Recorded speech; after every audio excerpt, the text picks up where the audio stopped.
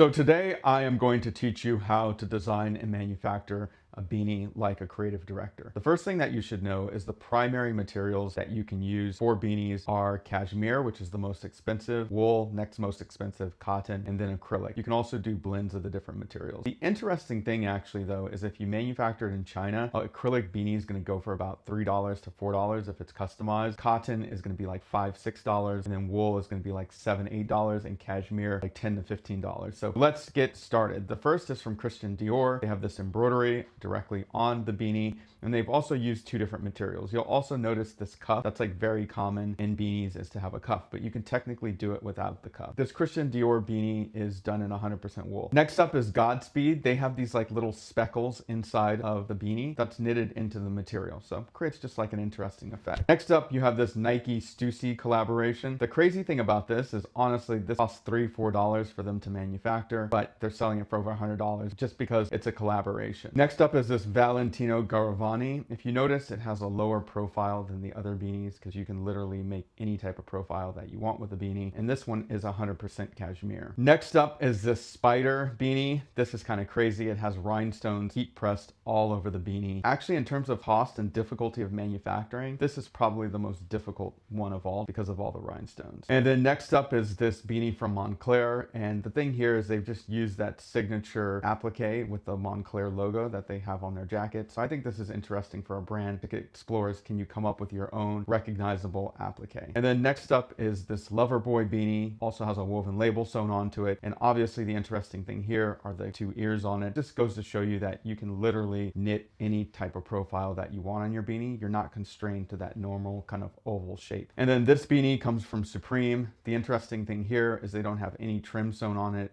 They just have their logo knitted into the beanie, which you can also do for your beanie. And then next up is this Stone Island beanie. I really like this. So they've knitted the beanie and then they dip it in dye to create this kind of like interesting blue effect, and they've put a woven label on it. Beanies are definitely a great product for any lifestyle brand to consider. So at the studio, we're the supply chain of culture. We have a vast network of really, really high quality beanie factories. We can help you think about the trim, the packaging, and everything to make a really, really beautiful beanie.